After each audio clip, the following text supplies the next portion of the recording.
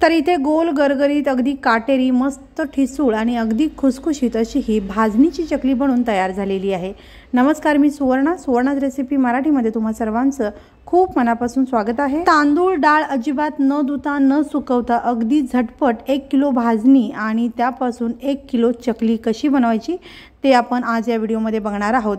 आणि या व्हिडिओमध्ये अतिशय महत्त्वाच्या 5 टिप्स मी सांगणार आहे, तर त्या वापरून तुम्ही अगदी परफेक्ट अजिबात न बिघडणारी ही भाजणीची चकली बनवू शकताय। तर 1 किलोची भाजणी बनवण्यासाठी इथे मी हा तांदूळ घेतलेला आहे। वजनामध्ये हा अर्धा किलो तांदूळ आहे। तर तांदूळ आपल्याला धुवायची अजिबात गरज नाही आहे। हा तांदूळ मी स्वच्छ असा कापडाने पुसून घेतलेला आहे। तर हा तांदूळ आपल्याला जुनाच वापरायचा आहे, तर इथे तुम्ही कोणताही जुना तांदूळ वापरू शकताय।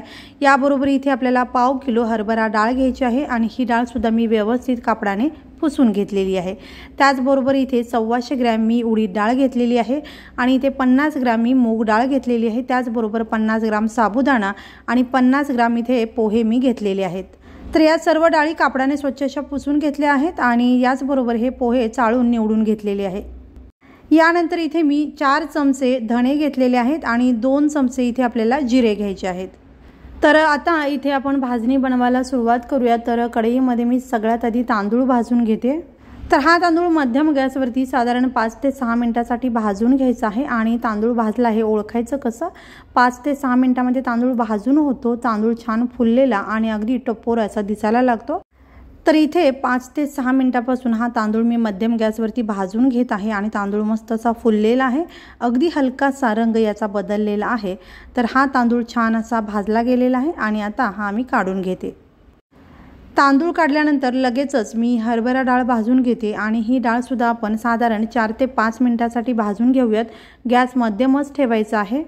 तर इथे 4 ते 5 मिनिटे झालेली आहेत आणि आता ही डाळ तुम्ही बघू शकता, अगदी हलकासा रंग याचा बदललेला आहे आणि खमंग असा याचा सुवास येत आहे। तर ही डाळ छान भाजली गेलेली आहे। तर ही डाळ मी काढून घेते आणि लगेचच आता उडीद डाळ आपण भाजून घेऊया। तर अगदी 2 मिनिटांमध्ये ही उडीद डाळ भाजून होते। तर ही भाजणी बनवताना सगळी धान्य छान एकसारखं मिक्स करत राहायचं आहे आणि अगदी खमंग असं भाजून घ्यायचं आहे।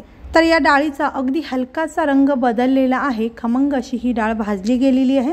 ही डाळ काढून आता मी मूग डाळ भाजून घेते। तर ही डाळ सुद्धा भाजायला आपल्याला अगदीच 1.5 ते 2 मिनिटे लागू शकतात आणि डाळ आपल्याला एकसारखी मिक्स करत राहायची आहे। तर ही डाळ सुद्धा मस्त अशी भाजली गेलेली आहे। तर ही डाळ मी काढून घेते आणि आता साबुदाणा भाजून घ्यायचा आहे। तर साबुदाणा भाजताना अगदी हलकासा गॅस तुम्ही थोडासा वाढवू शकताय आणि हा साबुदाणा सगळा एकसारखा छान फुलला पाहिजे अशा पद्धतीने आपल्याला भाजून घ्यायचा आहे। तर सगळा साबुदाणा छान असा फुललेला आहे आणि हा साबुदाणा आता मी काढून घेतलेला आहे। आणि आता पोहे भाजायचे आहेत। पोहे भाजताना गॅस थोडासा कमी करायचा आहे कारण कढई खूप तापलेली आहे।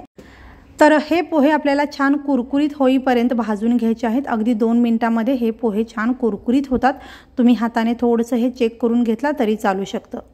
तर हे पोहे छान भाजले गेलेले आहेत। हे आता मी काढून घेते आणि आता गॅस मी बंद केलेला आहे। तर कढई खूप गरम आहे। तर कढई जेवढी गरम आहे तेवढ्यावरतीच आपल्याला धणे आणि जिरे आपल्याला भाजून घ्यायचे आहेत। तर अगदी 1 मिनिटभरामध्ये हे धणे जिरे छान असे गरम होतात आणि भाजले जातात। तर हे धणे जिरे सुद्धा अगदी छान भाजले गेलेले आहेत आणि आता हे सुद्धा मी काढून घेते। तर आता भाजून घेतलेली सगळी धान्य एखाद्या कापडावरती अशा पद्धतीने आपल्याला पसरवून पूर्णपणे थंड करून घ्यायचे आहेत। तर इथे ही सगळी धान्य मी एकत्रित करून अशा पद्धतीने पसरवून घेते। तुम्ही ही सगळी धान्य वेगवेगळी करून छान थंड करून घेतला तरी चालू शकतं। तर ही सगळी धान्य आता पूर्णपणे थंड करून घ्यायची आहे। तर पंख्याखाली अजिबात ठेवायचे नाहीत। किचनमध्ये कुठेही ही धान्य थंड करून घेऊ शकताय। तर इथे ही सगळी धान्य पूर्ण थंड झालेली आहेत आणि आता व्यवस्थित असं मी मिक्स करून घेतलेलं आहे। तर आता हे गिरणीतून आपल्याला दळून आणायचं आहे। तर एखाद्या डब्यामध्ये हे मी काढून घेते आणि आता गिरणीतून अगदी बारीक असं याचं पीठ आपल्याला बनवून आणायचं आहे। तर इथे हे पीठ मी तयार करून आणलेलं आहे। तर 1 किलोची ही भाजणी आहे आणि आता आपण याची चकली बनवणार आहोत। तर पाण्याच्या अगदी योग्य प्रमाणासाठी ही भाजणी एखाद्या भांड्याने आपल्याला मोजून घ्यायची आहे।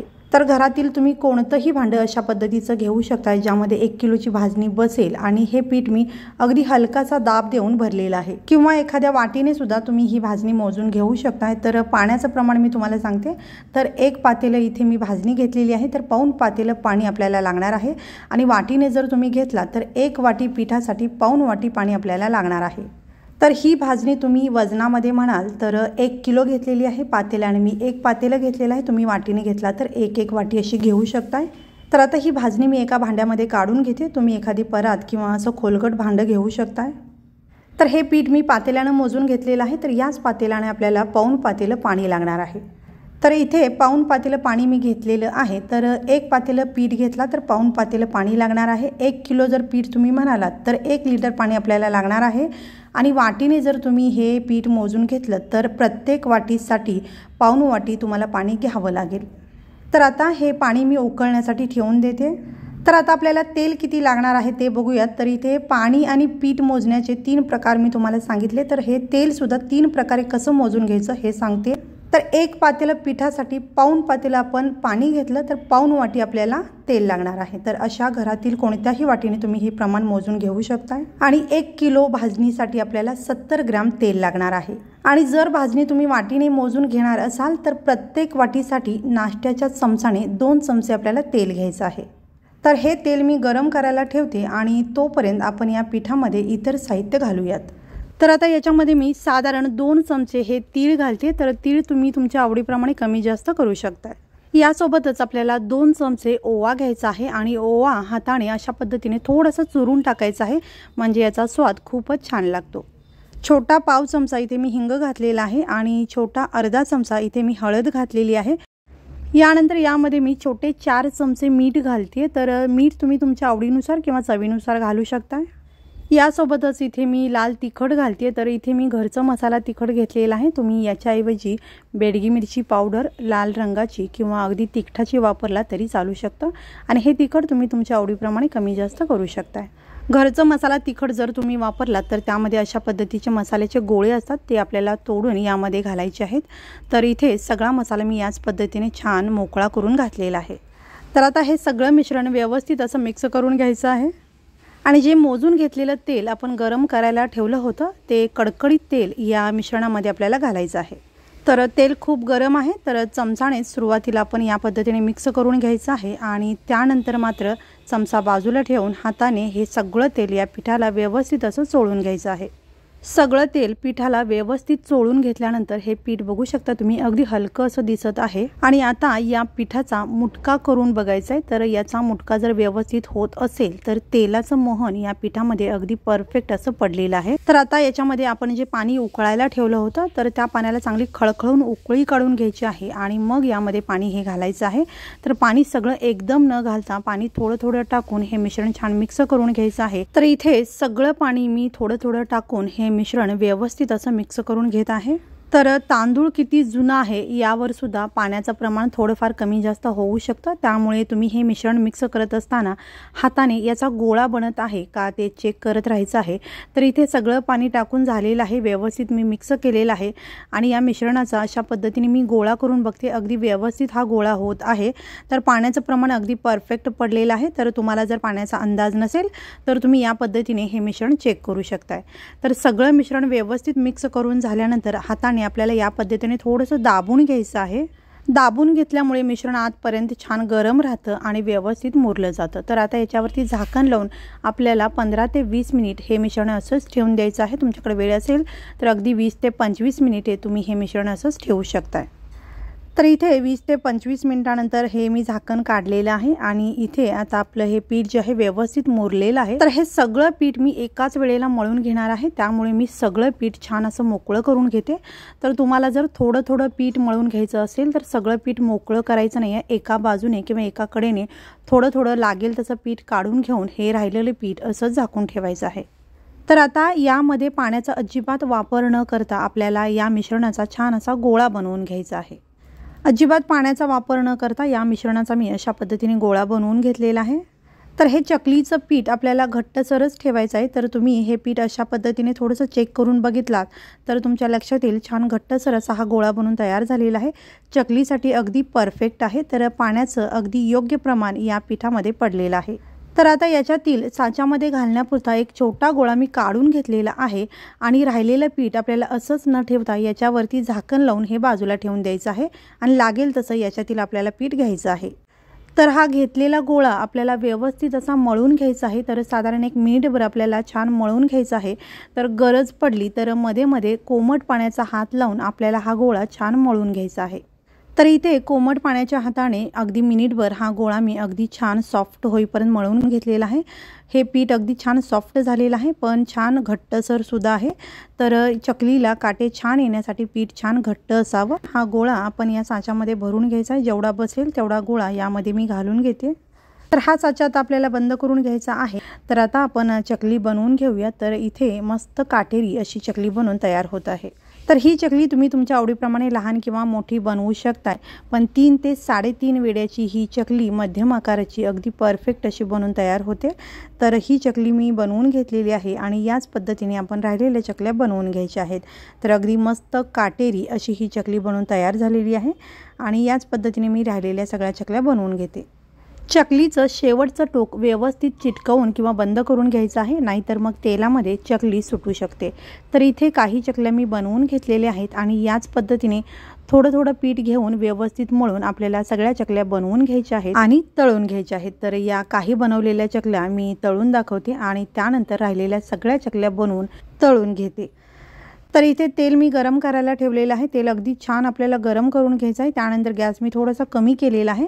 तर चकली तेलामध्ये सोडताना गॅस आपल्याला मोठा करायचा आहे।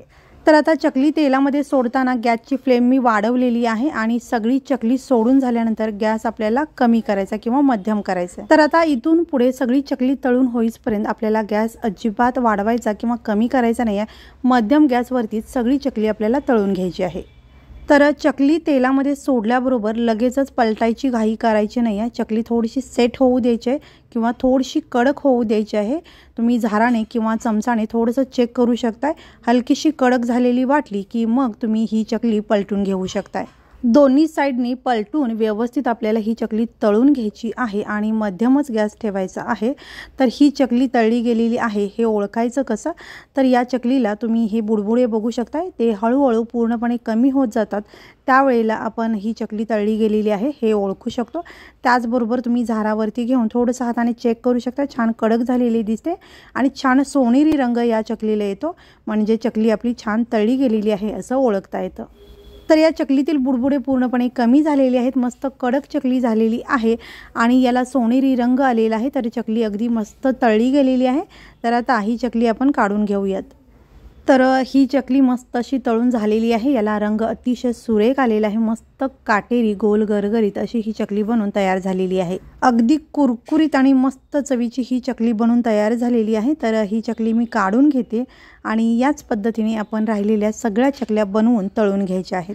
तर आता चकली तेलामध्ये सोडताना गॅस पुन्हा एकदा मी मोठा केलेला आहे आणि चकली तेलामध्ये सोडून झाल्यानंतर गॅस मध्यम करून सगळी चकली मध्यम गॅसवरती तळून घेतलेली आहे। तर राहिलेल्या सगळ्या चकल्या मी याच पद्धतीने बनवून आणि तळून घेतलेल्या आहेत। मस्त रंगाची अगदी खमंग चवीची अजिबात तेलकट न होणारी आणि 1 किलो प्रमाणात बनवलेली अतिशय कुरकुरीत खुसखुशीत ही भाजणीची चकली बनवून तयार झाली आहे।